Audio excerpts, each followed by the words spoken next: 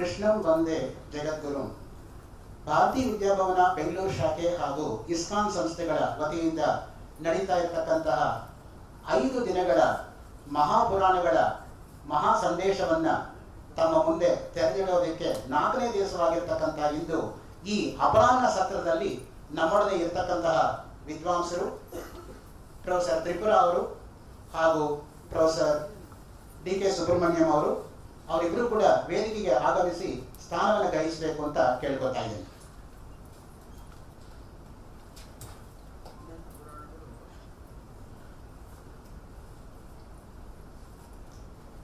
ಇದರ ನಿಮ್ಮಿಬ್ಬರ ನಂತರ ವೈಷ್ಣವ ಪುರಾಣಗಳ ಬಗ್ಗೆ ವಿದ್ವಾನ್ ಸೂರ್ಯನಾರಾಯಣ ಅವರು ತಮ್ಮ ವಕ್ತವ್ಯವನ್ನು ಪ್ರಸ್ತುತಿಪಡಿಸ್ತಾರೆ.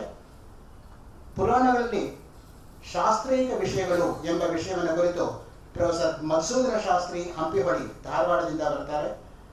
ಹಾಗೂ ಮುಖ್ಯವಾಗಿ ಭಾಷೆಗೂ ಮತ್ತು ಪುರಾಣಕ್ಕೂ ಇರತಕ್ಕಂಥ ಸಂಬಂಧವನ್ನು ಗಂಗಾಧರ ಗೋಡೆ ಅವರು ನಡೆಸ್ಕೊಡ್ತಾರೆ.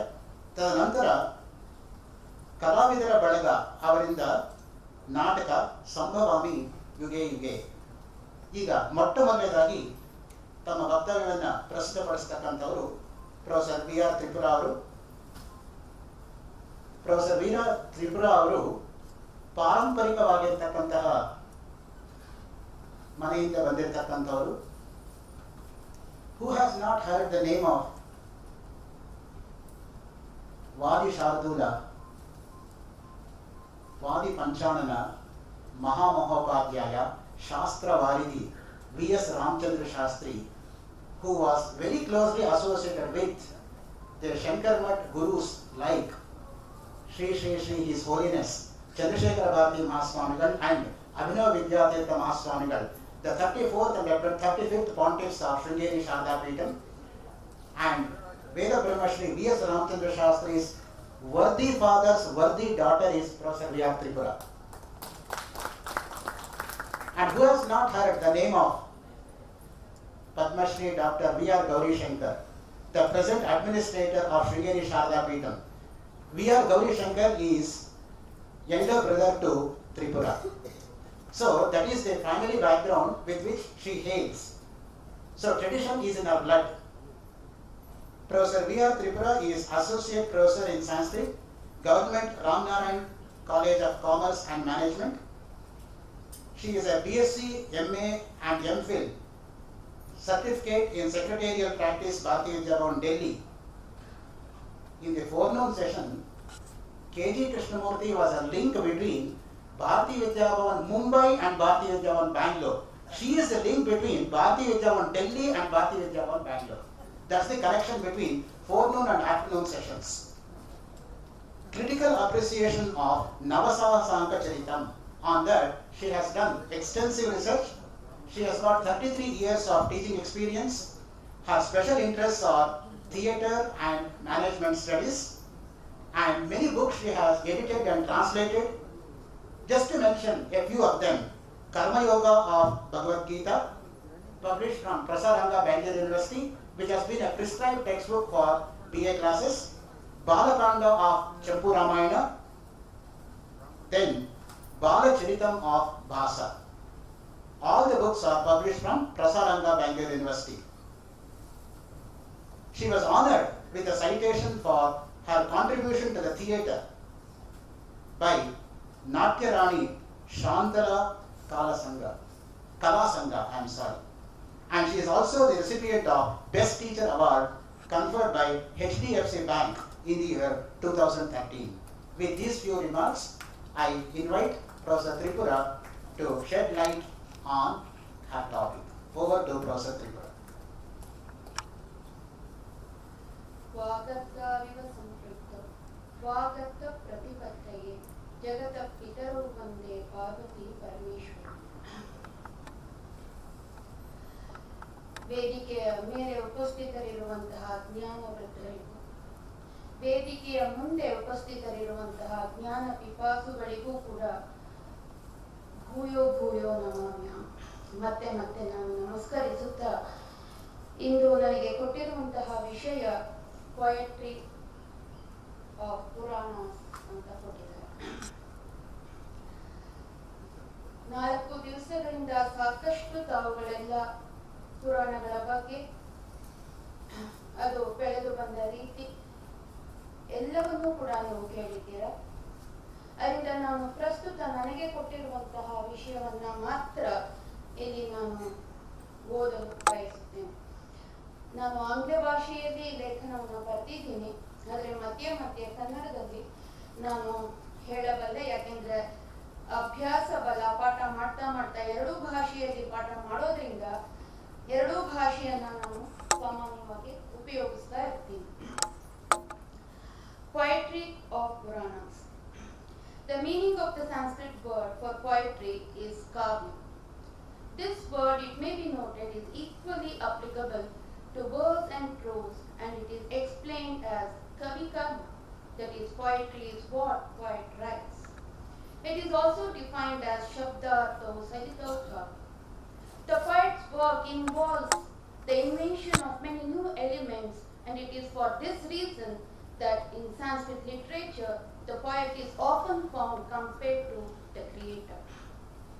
Apare kavya samsare kavirekaha prajapati yatha vai rochate vishvam tathedam parivartate.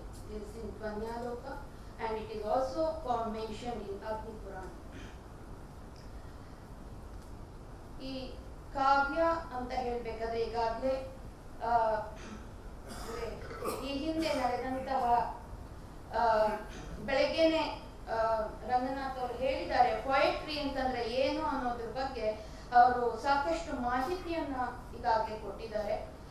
ಈ ಕಾವ್ಯ ಅಂತಂದ್ರೆ ಏನು ಅನ್ನೋದನ್ನ ನಾನು ಒಂದೇ ಒಂದು ಸಣ್ಣ ಕಥೆಯ ಮೂಲಕ ತಮಗೆ ಅದನ್ನ ಸ್ಪಷ್ಟಪಡಿಸಲು ನಾನು ಇಷ್ಟಪಡ್ತೇನೆ. ಧಾರಾನಗರದ ರಾಜ ಭೋಜ, ಅವನೇ ಒಬ್ಬ ಸ್ವತಃ ಕವಿ ಸಾರ್ವಭೌಮ.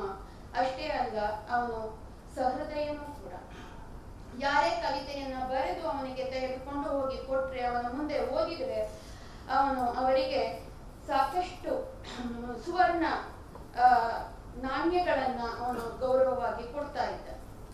ಹೀಗೆ ಈ ವಿಷಯವನ್ನ ಕೇಳಿದಂತಹ ಛಾಂದಸರು ಕೆಲವರು ಆ ಊರಿಗೆ ಬಂದು ನಾವು ಒಂದು ಕವಿತೆಯನ್ನ ರಚಿಸೋಣ ಅಂತ ಹೇಳ್ಬಿಟ್ಟು ಅವರೆಲ್ಲ ಕೂತ್ಕೊಂಡು ತಲೆ ಕೆಡಿಸ್ಕೊಂಡು ಕಾವ್ಯವನ್ನ ರಚಿಸ್ತಾರೆ.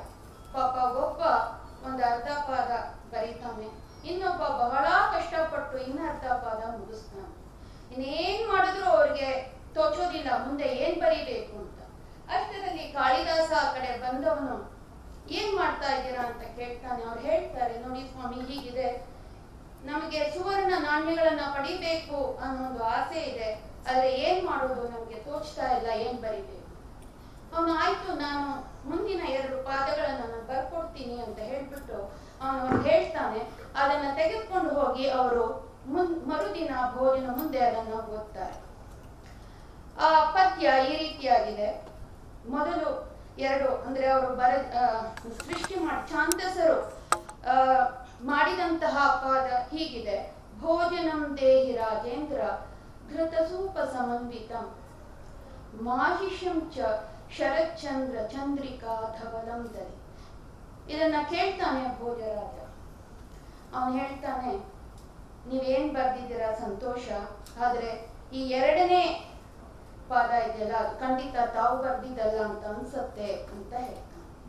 ಯಾಕೆಂತಂದ್ರೆ ಒಂದ್ ಕಡೆ ಹೇಳ್ತಾರೆ, ಕವಿತಾ ರಸ ಮಾಧುರ್ಯಂ ಕವಿರ್ ವೇತಿನ ತತ್ ಕವಿಹಿ ಭವಾನಿ ಭ್ರೂಕುಟಿ ಭಂಗಂ ಭವೋ ವೇತಿನ ಭೂಧರಃ ಅಂತ ಹೇಳ್ತಾರೆ. ಅಂದ್ರೆ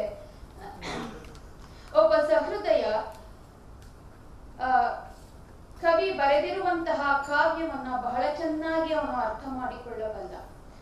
ಭೋಜ ಆ ರೀತಿಯಾದಂತಹ ಒಬ್ಬ ಸಹೃದಯ ಆದ ಕಾರಣದಿಂದ ಆ 2ನೇ ಸಾಲನ್ನ ಕೇಳಿದ ತಕ್ಷಣವೇ ಅವನಿಗೆ ಅರ್ಥವಾಯಿತು, ಇದು ಇವರು ಬರೆದಿರೋದಲ್ಲ, ಇದು ಯಾರೋ ಒಬ್ಬ ಕವಿ ಬರೆದಿರುವುದು ಅಂತ. ಅವನು ಕೇಳ್ತಾನೆ, ಹೌದು, ಇದು ನಾವು ಬರ್ದಿರೋದಲ್ಲ, ಕಾಳಿದಾಸ ಬರ್ದಿರೋದು ಅಂತ ಹೇಳ್ತಾರೆ. ಆದ್ರೂ ಕೂಡ ಹೋಗ್ಲಿ ಅಂತ ಅವರಿಗೆ, ಅಂದ್ರೆ ಅವರು ಯಾವ ಕಾರಣಕ್ಕಾಗಿ ಆ ಕಾವ್ಯವನ್ನ ರಚನೆ ಮಾಡಿದ್ರು ಅನ್ನೋ ಒಂದು ಉದ್ದೇಶದಿಂದ ಅವರಿಗೆ ಗೌರವಿಸ್ತಾನೆ ಸುವರ್ಣ ನಾಣ್ಯಗಳಿಂದ. ಅದೇ ರೀತಿ 2ನೇ ವಾಕ್ಯ ಇದೆಯಲ್ಲ, ಯಾಕೆ ಅದು ಒಂದು ಕಾವ್ಯ ಅಂತ ಗುರುತಿಸ್ದ ಭೋಜ ಅಂತಂದ್ರೆ, ಅಲ್ಲಿ ಮೊದಲನೇದಾಗಿ ಭೋಜನಂ ದೇಹಿ ರಾಜೇಂದ್ರ. ರಾಜ ನಮಗೆ ಊಟ ಕೊಡು ಅಂತ ಅರ್ಥ. ಘೃತ ಸೂಪ ಸಂಬಂಧಿತ, ಮತ್ತೊಬ್ಬ ಅದಕ್ಕೆ ಸೇರಿಸಿದ ಆ ಊಟದಲ್ಲಿ ಘೃತ ತುಪ್ಪ ಸೂಪ ಸಾರು ಸಂಬಂಧಿತ ಇರ್ಲಿ ಅಂತ ಸೇರಿಸಿದ. ಈ ಕಾಳಿದಾಸ ಸೇರಿಸಿದ್ ಹೇಗಿತ್ತು ಅಂತಂದ್ರೆ ಮಾಹಿಷಂ ಚ ಶರತ್ಚಂದ್ರ ಚಂದ್ರಿಕಾ ಧವಲಂ ದದಿ. ಆ ಊಟದಲ್ಲಿ ದಧಿ ಮೊಸರು ಇರ್ಲಿ. ಅದು ಎಂತಹ ಮೊಸರು? ಮಾಹಿಷಂ ದಧಿ ಅಂದ್ರೆ ಎಮ್ಮೆ ಹಾಲಿಗೆ ಹೆಪ್ಪಾಕಿ ಮಾಡಿದಂತಹ ಯಾವುದು ಮೊಸರಿದೆ ಆ ಮೊಸರು ಇರ್ಲಿ. ಅದು ಎಂತಹದ್ದಾಗಿರತ್ತೆ ಅಂತಂದ್ರೆ ಬೆಳ್ಳಗಿರತ್ತೆ. ಧವಲಂ ಯಾವ ರೀತಿ ಬೆಳ್ಳಗಿದೆ ಅದು ಅಂತಂದ್ರೆ ಶರತ್ ಚಂದ್ರ, ಶರದ್ ಋತುವಿನ ಚಂದ್ರನ ಚಂದ್ರಿಕಾ ಬೆಳದಿಂಗಳಿನಂತೆ ಧವಲಂ ಬೆಳ್ಳಗಿರುವಂತಹ ದಧಿ, ದಧಿಯನ್ನ ಕೊಡಿ. ನೋಡಿ, ಅವನು ಸುಮ್ಮನೆ ದಧಿ ಅಂತ ಹೇಳ್ಬಿಟ್ಟಿದ್ರೆ ಸಾಕಾಗಿರೋದು, ಆದ್ರೆ ಅವನು ಹಾಗೆ ಹೇಳಲಿಲ್ಲ. ಆ ದಧಿ ಅನ್ನೋದು ಎಂತಹದ್ದು ಅಂದ್ರೆ ಮಾಹಿಷಂ ದಧಿ, ಎಮ್ಮೆ ಹಾಲಿನಲ್ಲಿ ಮಾಡಿದಂತಹ ಮೊಸರು ಹೌದು, ಆದ್ರೆ ಅದರ ಬಣ್ಣ ಸಾಮಾನ್ಯವಾಗಿ ಹಾಲಿನ ಹಸುವಿನ ಹಾಲಿನ ಮೊಸರಿನ ಬಣ್ಣ ಸ್ವಲ್ಪ ಹಳದಿ ಬಣ್ಣಕ್ಕಿರುತ್ತೆ. ಎಮ್ಮೆ ಹಾಲಿಂದು ಬೆಳ್ಳಗಿರತ್ತೆ ಅಂತ ಇಲ್ಲಿರುವಂತಹ ಮಹಿಳೆಯರಿಗೆ ಗೊತ್ತಿರಬಹುದು, ಪುರುಷರಿಗೆ ಗೊತ್ತಿದೆಯೋ ಗೊತ್ತಿಲ್ಲ. ಅದರಿಂದ ಅದು ಎಂತಹ ಹೇಗೆ ಬೆಳ್ಳಗೆ ಇದೆ ಅಂತಂದ್ರೆ ಶರತ್ಚಂದ್ರ ಚಂದ್ರಿಕಾ ಧವಲಂ ಅಂತ ಸೇರಿಸ್ತಾನೆ. ಅಂದ್ರೆ ಒಂದು ಉಪಮೆಯೊಂದಿಗೆ ಶರತ್ಚಂದ್ರ, ಶರದ್ ಋತುವಿನ ಚಂದ್ರನ ಚಂದ್ರಿಕಾ ಬೆಳದಿಂಗಳಿನಂತೆ ಧವಲಂ ಬೆಳ್ಳಗಿರುವಂತಹ ಒಂದು ದಧಿ ಮೊಸರು, ಅದನ್ನ ಹಾಗೆ ಸೇರಿಸಿದಾಗ ಏನಾಗುತ್ತೆ, ಅಲ್ಲಿ ಇರುವಂತಹದ್ದು ಕಾವ್ಯ. ಈ ಕಾವ್ಯ ಬೇರೆಯ ಅಂದ್ರೆ ಈ ಛಾಂದಸರಿಂದ ಆ ಕಾಳಿದಾಸನನ್ನ ಬೇರೆಯಾಗಿ ಮಾಡಿರುವಂತಹ. ಆದ್ದರಿಂದಲೇ ಈ ಕವಿಗಳನ್ನ ಸಾಮಾನ್ಯವಾಗಿ ಕ್ರಾಂತದರ್ಶಿ, ಸರ್ವದೃ ಅಂತಲೂ ಕೂಡ ಕರೀತಾರೆ. ಅಂದ್ರೆ ಅತೀತವಾದುದನ್ನು ಕಾಣುವವರು, ಎಲ್ಲವನ್ನೂ ಕಾಣುವವರು ಅಂತ ಹೇಳ್ತಾರೆ. So Puranas are a religious poetry peculiar to the period that tried to bridge the transition between normal religions and spiritual mentalities. For although this form existed in ancient time, it is only now it has entirely developed and become characteristic as the principal expression of the religious spirit. The literary sense in the Puranas is an art of aesthetic presentation of religious truth. There may be few sloppy verses that makes them dull and dreary, but on the whole, the poetic method employed is justified by the richness and power of creation. The composers of Puranas of different periods generally fit into the definition of a kavi, as they always had intense and vivid observations which found spontaneous utterances. They gave noteworthy literary creation of considerable quality, maintaining much of the direct force and height of the old epic style. Though some critics brand the literary elements in Puranas as inartistic, sloppy language with measureless exaggerations, I have attempted to show under 3 sections that even in spite of some desert spaces, the Puranic literature is a literary production as an art of aesthetic presentation of religious truth, most varied and ample record of the culture of the people. The first section is gleanings from poetic elements found in the Puranas. ಅಂದ್ರೆ poetic elements ಅಂತ ಹೇಳಿದಾಗ ಕಾವ್ಯ ಗುಣಗಳ ಬಗ್ಗೆ ನಾವು ಹೇಳ್ತೀವಿ. ಅಂದ್ರೆ ಕಾವ್ಯ ಅಂತ ಆಗ್ಬೇಕಾದ್ರೆ ಅದರಲ್ಲಿ ವರ್ಣನೆ ಇರಬೇಕು, ಅದು ವರ್ಣನಾತ್ಮಕವಾಗಿರ್ಬೇಕು, ಮತ್ತೆ ಅಲಂಕಾರ ಭೂಯಿಷ್ಠವಾಗಿರ್ಬೇಕು, ವೃತ್ತ ಬಂಧ ಇರಬೇಕು. ಇದೆಲ್ಲವೂ ರಸ ಭಾವ ಇವೆಲ್ಲವೂ ಇದ್ದಾಗ ಮಾತ್ರ ಆ ಚತುಷ್ಪದಿ ಅಂದ್ರೆ 4 ಸಾಲುಗಳಲ್ಲಿ ಇರುವಂತಹ ಪದ್ಯ ಅದು ಕಾವ್ಯ ಅಂತ ಅನ್ನಿಸ್ಕೊಳ್ಳೋದು. ಸೊ ಅಂತಹದ್ದೇನಾದ್ರೂ ಇದೆಯಾ ಈ ಪುರಾಣಗಳಲ್ಲಿ ಅಂತ ನೋಡಿದಾಗ ಖಂಡಿತ ಇದ್ದೇ ಇದೆ. ಇನ್ ಕಾವ್ಯಾನುಶಾಸನ of Hemachandra it is said, Nodita Kavita Loke Yavat Jata Navarnana. The literary convention of the Indian poets was that they should give volume to the literary work and enhance its beauty through description. Puranas too do not lag behind at this convention. A natural description of autumn season in 15 stanzas, interspersed with highly philosophical thoughts, are found in Vishnu Purana that can be cited as an example. Here I quote only 2 to 3 stanzas for want of time. Tayor viharatostatra Rama Keshavayoho Braje Pravrityatita Vikasat Sarojacha Abhavatsha Mayura Mauninaha Tastuhu Parityakta Madavane Asaratam Paritnyaya Samsarasyeva Yoginaha Taraka Vimale Vyomni Raraja Khanda Mandalaha Chandrascharamadehatma Yogi Sadhukulet. ಈ ಎಲ್ಲ ಪದ್ಯಗಳಲ್ಲಿ ಎರಡನೇ ಸಾಲು ಸಾಮಾನ್ಯವಾಗಿ ದಾರ್ಶನಿಕ ತತ್ವವನ್ನ ಸೂಚಿಸುವಂತಹ ಸಾಲುಗಳು ಆಗಿದೆ. ಅಂದ್ರೆ ಅದೆಲ್ಲವೂ ಕೂಡ ಉಪಮೆಗಳು. ಆದರೆ ಉಪಮೆಯಲ್ಲಿ ಉಪಯೋಗ ಮಾಡಿದಾಗ ದಾರ್ಶನಿಕ ತತ್ವವನ್ನ ಸೂಚಿಸುವಂತಹ ಸಾಲುಗಳಾಗಿ ಅಲ್ಲಿ ಉಪಯೋಗಿಸಲ್ಪಟ್ಟಿದೆ.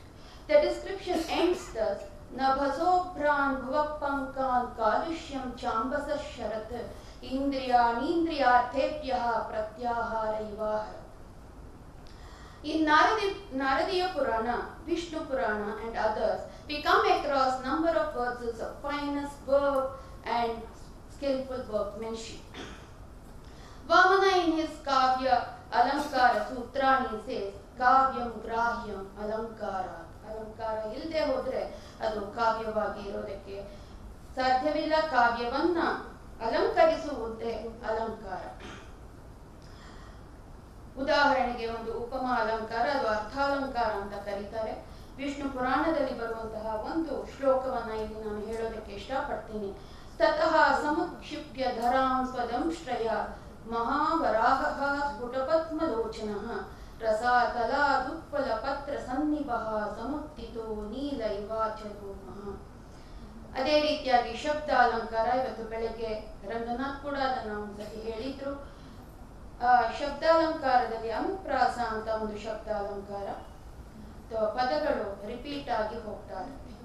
ತಪಸ್ ತಪಸ್ಯೌ ಮಧುಮಾಧವೌ ಚ ಶುಕ್ರ ಶುಚಿಶ್ಚಾಯನಮುತ್ತರಂ ಸ್ಯಾತ್ ನಭೋ ನಭಸ್ಯೋ ಅತೈಷಶ್ಚ ಸೋರ್ಜಃ ಸಹ ಸಹಸ್ಯಾವಿತಿ ದಕ್ಷಿಣಾಂ ಸ್ಯಾತ್.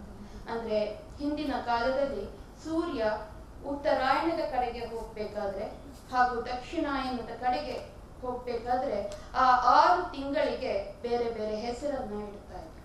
ಅದು ತಪಃ ತಪಸ್ಯ, ಮಧು ಮಾಧವ, ಶುಕ್ರ ಶುಚಿ. ಇದು ಅವನು ಉತ್ತರಾಯಣದ ಕಡೆಗೆ ಹೋಗ್ಬೇಕಾದ್ರೆ ಇಡುತ್ತಿದ್ದಂತಹ ಆ ತಿಂಗಳುಗಳಿಗೆ ಇಡುತ್ತಿದ್ದಂತಹ ಹೆಸರು.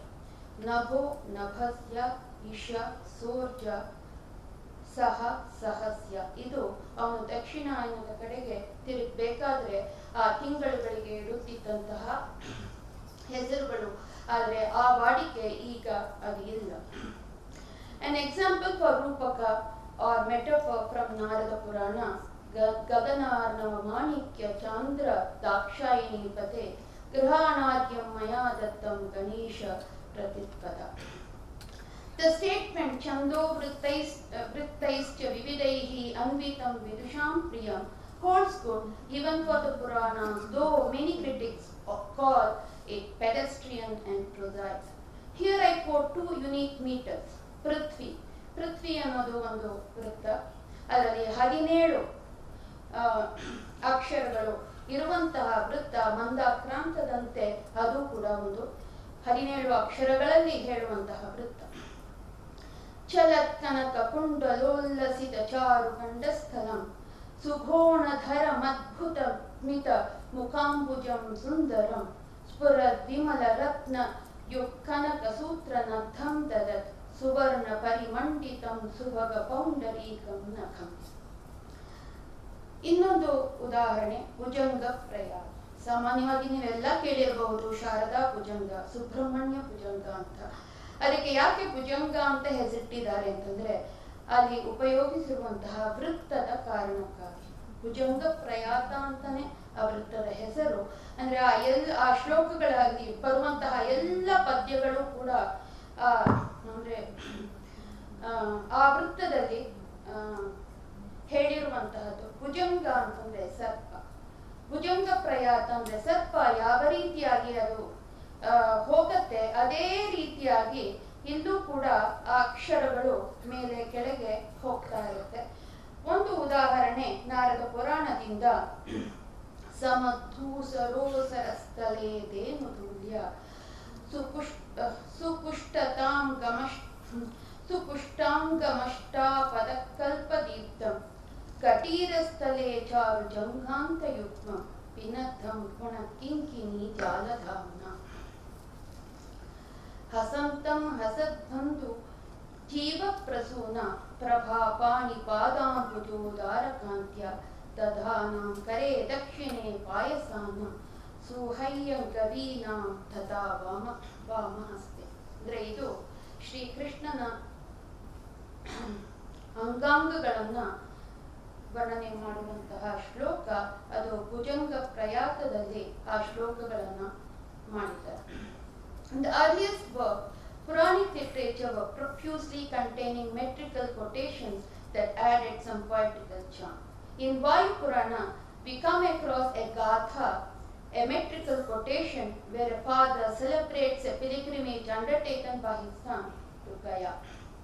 Gayam yasyati yaha putraha sanastratha bhavishyati Gayam prapte sutam drishtva pitrunam utsavo bhavet. ಅಂದ್ರೆ ಈಗಿನ ಕಾಲದಲ್ಲಿ ಗಯೆಗೆ ಯಾರೂ ಹೋಗಲ್ಲ ಅಂತ ಅನ್ಕೊಳ್ತೀನಿ. ಕೇವಲ ಸಾಂಪ್ರದಾಯಿಕ ಮನೆತನದವರು ಮಾತ್ರ ಗಯೆಗೆ ಹೋಗ್ತಾರೆ. ಗಯೆಗೆ ಹೋಗಿ ಅಲ್ಲಿ ಪಿತೃ ಶ್ರಾದ್ದವನ್ನ ಮಾಡಿದ್ರೆ ಎಷ್ಟೋ ಜನ್ಮಗಳ ಅಂದ್ರೆ ಹಿಂದಿನವರ ವಂಶಸ್ಥರಿಗೆಲ್ಲರಿಗೂ ಕೂಡ ಮೋಕ್ಷ ಪ್ರಾಪ್ತಿಯಾಗತ್ತೆ ಅಂತ ಅಲ್ಲಿ ಒಂದು ಪ್ರತೀತಿ ಇದೆ, ನಂಬಿಕೆ ಇದೆ.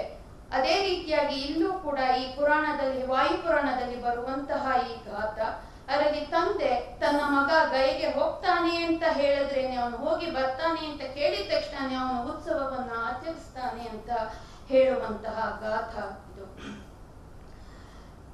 ಈ ಪುರಾಣಗಳಲ್ಲಿ ಅಂದ್ರೆ ಕಾವ್ಯ ಅಲಂಕಾರಿಕ ಶಾಸ್ತ್ರಕ್ಕೆ ಸಂಬಂಧಪಟ್ಟಂತಹ ವಿಷಯಗಳು ಕೂಡ ಇಲ್ಲಿ ಗೂಢವಾಗಿದೆ. Truly, Mamata, while categorizing the literature, puts Purana Samhita under Sahrit Samhita. He says, Sahrit Samhita tatparyavat Puranaditihasebhyaha shabdartha gunabhavena rasangabhuta vyapara pranavataya vilakshanam yat kavyam. He takes as examples 2 stanzas from Vishnu Purana for Alamkara Vyangyatvam.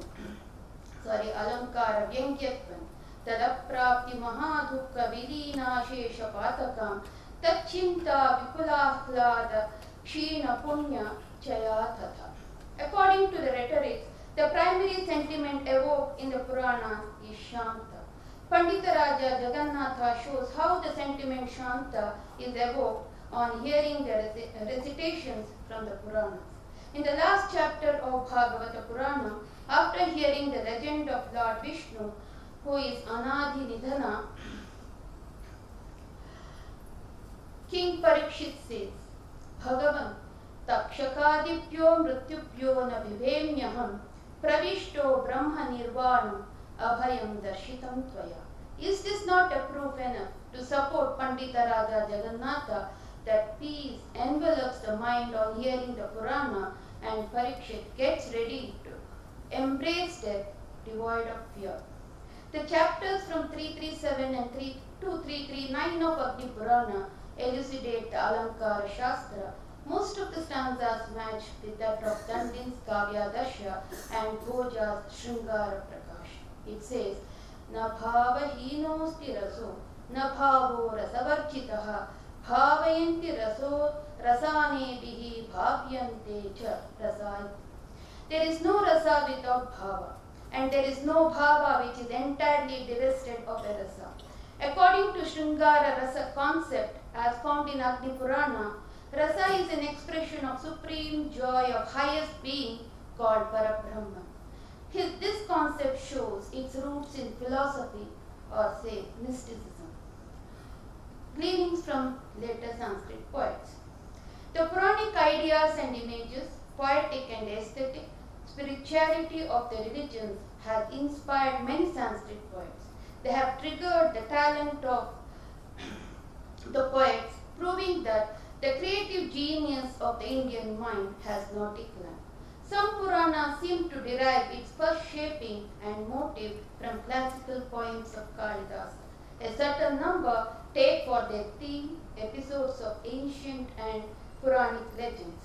Since the composition of some Puranas are supposed to have happened in the Gupta period, it is difficult to decide who inspired whom.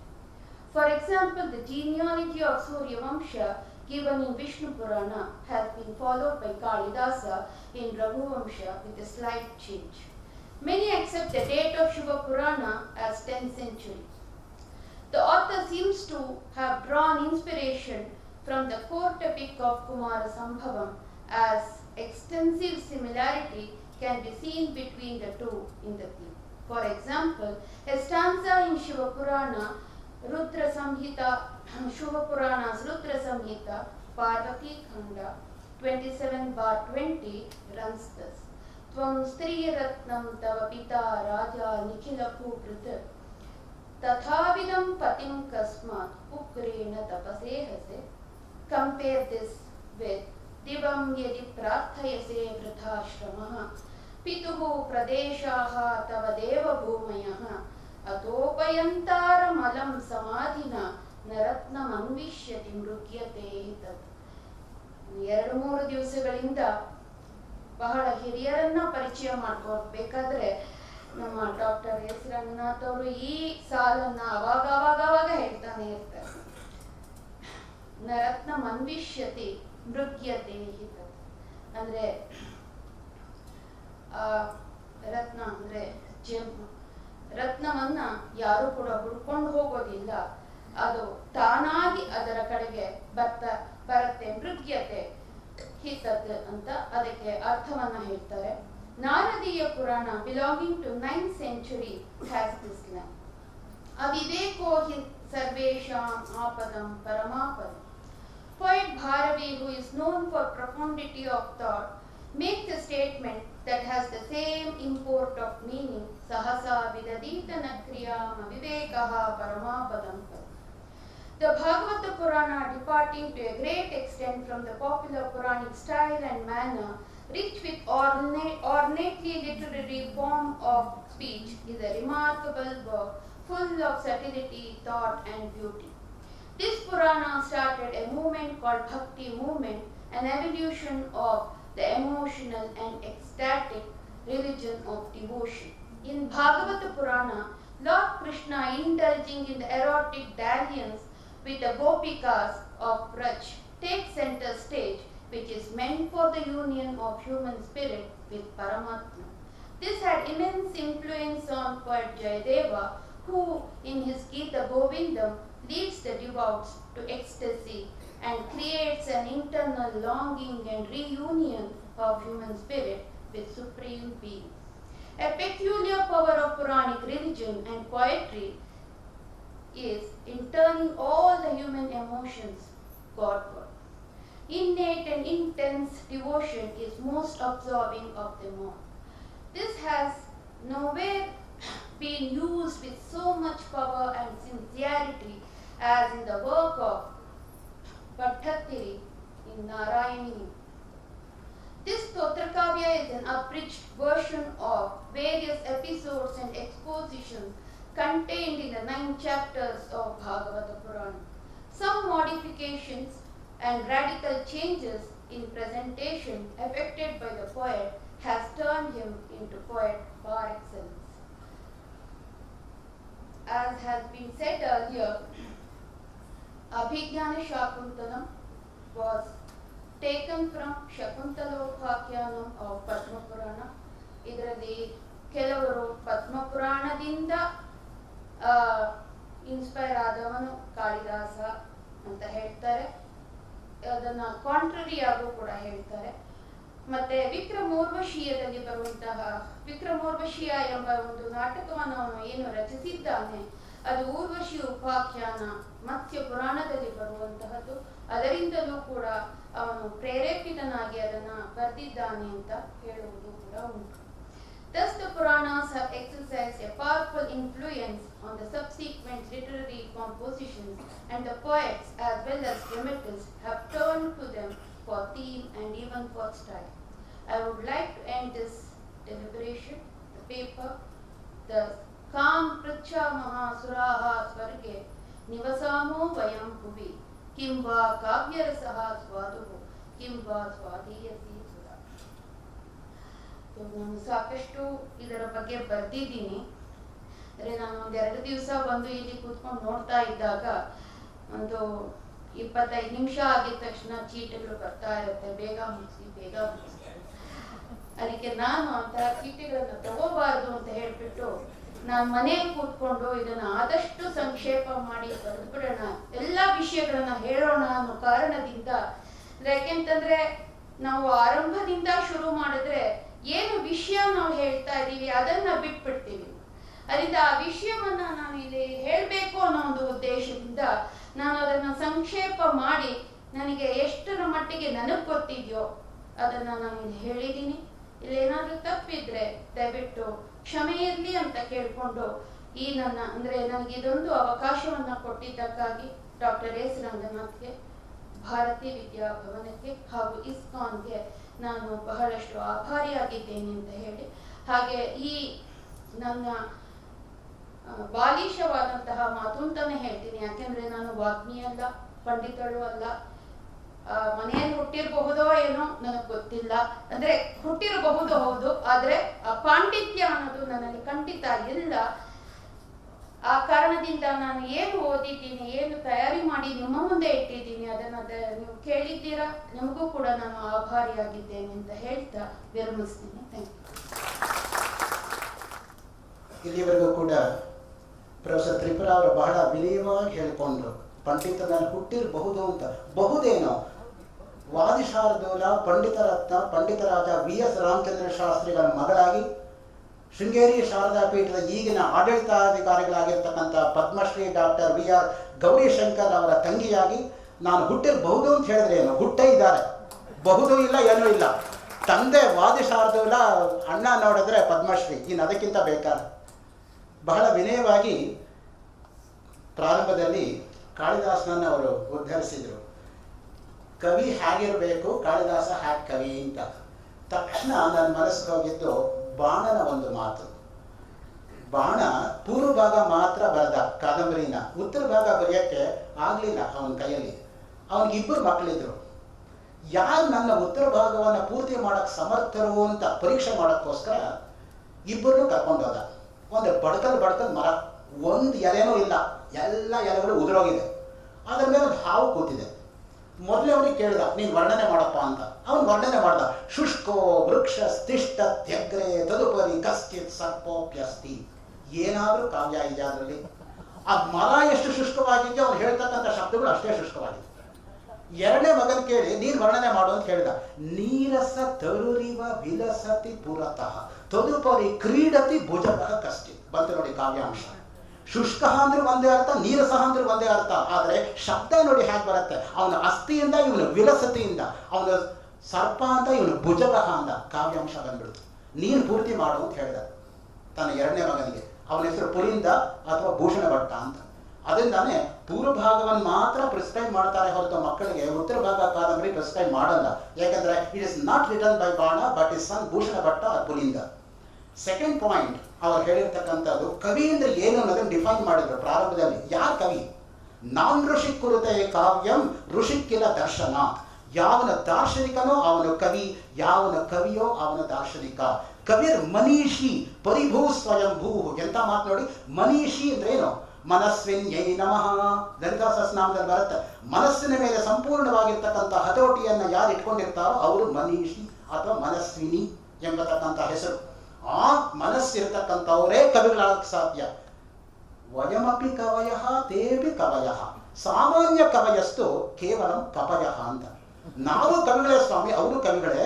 ಸಾಮಾನ್ಯ ಕವಿಗಳು ಕೋತಿಗಳು ಒಂದು ಕೊಂಬೆಯಿಂದ ಒಂದು ಕೊಂಬೆಗೆ ಹಾರೋ ಹಾಗೆ ಪ್ರಾಸಕ್ಕೋಸ್ಕರ ನಾನು ಬೆಳಗ್ಗೆ ಉದ್ಧರಿಸಿದ ಹಾಗೆ ಸ್ವಾಮಿ ರಂಗಪ್ರಿಯರು 1975ನೇ ಇಸ್ವಿನಲ್ಲಿ ಪಾಠ ಮಾಡುವಾಗ ನಾನು ಹೇಳಿದ ಶ್ಲೋಕ ಹ್ಯಾಕ್ ಕವಿತ್ವ ಬರೀಬಾರ್ದು ಅನ್ನೋದಕ್ಕೆ. ಅಗೋ ಚಂದ್ರ ಬಿಂಬ, ಈಗೋ ನಾಂದ್ರ ಕಂಬ, ತಗೋ ತಾಮ್ರ ಚಂಬ. ಆ ರೀತಿ ಕವಿತ್ವ ಮಾಡಬೇಡಿ. ಪ್ರಾಸ ಇದೆ ಆದ್ರೆ ಕವಿತ್ವ ಇಲ್ಲ, ಹಾಗೆ ಮಾಡಬೇಡಿ ಅನ್ನೋ ದೃಷ್ಟಿಯಿಂದ how to do, how not to do ಎರಡೂ ಕೂಡ ಕವಿತ್ವ ಅನ್ನೋದಕ್ಕೆ. ಆ ದೃಷ್ಟಿಯಿಂದಲೇ ವಿದ್ವತ್ ಕವಯಸ್ತು ಕವಯಃ ಸಾಮಾನ್ಯ ಕವಯಸ್ತು ಕೇವಲ ಕವಯಃ ಅಂತ. ಅದಕ್ಕೆ ಕ್ಲಾಸಿಕ್ ಎಕ್ಸಾಂಪಲ್ ಅಂದ್ರೆ ವೇದಾಂತ ದೇಶಿಕರು. ಕವಿತ್ವದಲ್ಲೂ ನಿಷ್ಣಾತರು, ತಾರ್ಕದಲ್ಲೂ ನಿಷ್ಣಾತರು. ತಾರ್ಕಿಕರಿಗೆ ಕವಿತ್ವ ಬರಲ್ಲ, ಕವಿತ್ವರಿಗೆ ತಾರ್ಕಿಕ ಬರಲ್ಲ. ಸಾಮಾನ್ಯವಾಗಿ ಎರಡರಲ್ಲೂ ನಿಷ್ಣಾತರು. ಕವಯೋಪಿ ನಾಣ್ಯೆ ಶಾಸ್ತ್ರೇಪಿ ನಾಣ್ಯೆ ಅವ್ರು ಹೇಳ್ಕೊತಾರೆ. ಯಾವ್ದು ಬರ್ತೀಯ ಬಾ ಯುದ್ಧಕ್ಕೆ, ಕಾವ್ಯ ಮಾಡ್ತೀಯ ನಾನು ಮಾಡ್ತೀನಿ, ಶಾಸ್ತ್ರಕ್ಕೆ ಬರ್ತೀಯ ಇಳಿ, ಯಾವ್ದಕ್ಕೆ ಇಳಿತೆ ಇಳಿ ನಾನು ನೋಡ್ಕೋತೀನಿ ಅಂತ ಹೇಳಿದ್ರು. ಅದು ಕವಿತ್ವ ಅಂದ್ರೆ. ಆದರೆ English ಪೊಯಿಟ್ರಿನಲ್ಲಿ poets are liars because they reflect a reflection. Plato, Republic, volume 14. All poets are liars because they take you away from reality and you are duped. Keats, if poetry does not come as naturally as a flower to a tree, it better not come at all. ಸಹಜವಾಗಿ ಬರಬೇಕು ಕವಿತ್ವ ಎಂಬತಕ್ಕ. ಹೆಂಗೆ ಶಂಕರಾಚಾರ್ಯರ ಸ್ತೋತ್ರ ತರಹ ಮುದಕರಾತ್ತ ಮೌದಕಂ ಸದಾ ವಿಮುಕ್ತಿ ಸಾಧಕಂ ಕಲಾಧರಾವತಂಸಕಂ ವಿಲಾಸಿ ಲೋಕ ರಕ್ಷಕಂ ಅನಾಯಕೈಕ ನಾಯಕಂ ವಿನಾಶಿತೇವ ದೈತ್ಯಕಂ ನತಾಶುಭಾಷ ನಾಟಕಂ ನಮಾಮಿತಂ ವಿನಾಯಕಂ ನತೇತರಾತಿ ಭೀಕರಂ ನವೋದಿತಾರ್ಕ ಭಾಸ್ವರಂ ನವತ್ಸುರಾರಿ ನಿರ್ಜರಂ ನತಾದಿಕಾಪದುದ್ದರಂ ಸುರೇಶ್ವರಂ ನಿಧೀಶ್ವರಂ ಗಜೇಶ್ವರಂ ಗಣೇಶ್ವರಂ ಮಹೇಶ್ವರಂ ತಮಾಶ್ರಯೇ ಪರತ್ಪರಂ ನಿರಂತರಂ ಸಮಸ್ತ ಲೋಕ ಶಂಕರಂ ನಿರಸ್ತ ದೈತ್ಯ ಗುಂಚರಂ ದರೇತರೋದರಂ ವರಂ ವರೇಭವತ್ರಮಕ್ಷರಂ ಕೃಪಾಕರಂ ಕ್ಷಮಾಕರಂ ಮುದಾಕರಂ ಯಶಸ್ ಮನಸ್ಕರಂ ನಮಸ್ಕೃತಂ ನಮಸ್ಕರೋಮಿ ಭಾಸ್ವರಂ ಅಕಿಂಚನಾರ್ತಿ ಮಾರ್ಜನಂ ಚಿರಂತನೋಕ್ತಿ ಭಾಜನಂ ಪುರಾರಿ ಪೂರ್ವನಂದನ ಸುರಾದಿ ಗರ್ವ ಚರ್ವಣಂ ಪ್ರಪಂಚ ನಾಶ ಭೀಷಣಂ ಧನಂಜಯಾದಿ ಭೂಷಣಂ ಕಪೋಲದಾನ ವಾರಣಂ ಭಜೇ ಪುರಾಣ ವಾರಣಂ ನಿತಾಂತಕಾಂತ ದಂತಕಾಂತ ಮಂತಕಾಂತ ಕಾತ್ಮಜಂ ಅಚಿಂತ್ಯ ರೂಪ ಮಂತಹೀನ ಮಂತರಾಯ ಕೃಂತನಂ ಹೃದಂತರೇ ನಿರಂತರಂ ವಸಂತಮೇವ ಯೋಗಿನ ತಮೇಕದಂತಮೇಕಮೇವ ಚಿಂತಯಾಮಿ ಸಂತತಂ. That is poetry. ಬಂದ್ರೆ ಆ ತರಹ ಬರಬೇಕು ಕವಿತ್ವ. ಈ ಥರ ಬರ್ದೇನು ಪ್ರಯೋಜನ, ನಾನು ಬರೀತೀನಿ ಅಂತ. ಇಂಗ್ಲಿಷ್ ಪೊಯಿಟ್ರಿ ತೆಗೆದುಕೊತೀರಾ, ಶೇಕ್ಸ್ಪಿಯರ್ ತರ ಬರೀರಿ. Merchant of Venice, act second, scene third, line 42 to line 56, Portia speech. The quality of mercy is not framed, it represents a gentle rain from heaven upon the place beneath. It's priceless. It doesn't him that gives and him that takes it mightiest in the mightiest. It becomes a throne monarch better than his crown. His scepter shows the force of temporal power, the attribute on majesty. Wherein there sit the dread and fear of kings, but mercy is above the sceptred sway. It is enthroned in the hearts of kings. It is an attribute to God himself. An earthly power doesn't show like his guards when mercy seasons justice. That is English poetry. ಬರೀತೀಯ ಆ ತರಹ ಬರೀ, ಇಲ್ಲ ಬಂದ್ರೆ ಪ್ರಯತ್ನ ಮಾಡಬೇಡ ಅಂತ. ಅದಕ್ಕೆ ನನ್ನ ಹತ್ರ ಬರೀಬಾರದು. ಯಾಕೆ ನಾನು ಕವಿ ಅಲ್ಲ, ಗಣೇಶ್ ಕವಿ. ನಾನು ಕವಿ ಅಲ್ಲ, ನಾನು ಬರೆಯಕ್ಕೆ ಹೋದ್ರೆ ಕವಿ ಆಗ್ತೀನಿ. ಕವಿ ಕರೋತಿ ಕಾವ್ಯಾನಿ ರಸಂ ಜಾನಾತಿ ಪಂಡಿತ. ಅದಕ್ಕೆ ಹೇಳೋದು ಕವಿಗೆ ರಸದ ಬಗ್ಗೆ ಜ್ಞಾನ ಇರಲ್ಲ, ಬರ್ಕೊಂಡು ಹೋಗ್ತಾನೆ, ಅದು ಬರ್ಸಿಸ್ಕೊಂಡು ಹೋಗತ್ತೆ ಅವನ ಕೈಯಲ್ಲಿ. ಅವನು ಬರೆಯೋದಲ್ಲ, ಬರ್ಸಿಸ್ಕೊಂಡು ಹೋಗತ್ತೆ. You should be first rate poetry and not nth rate poetry.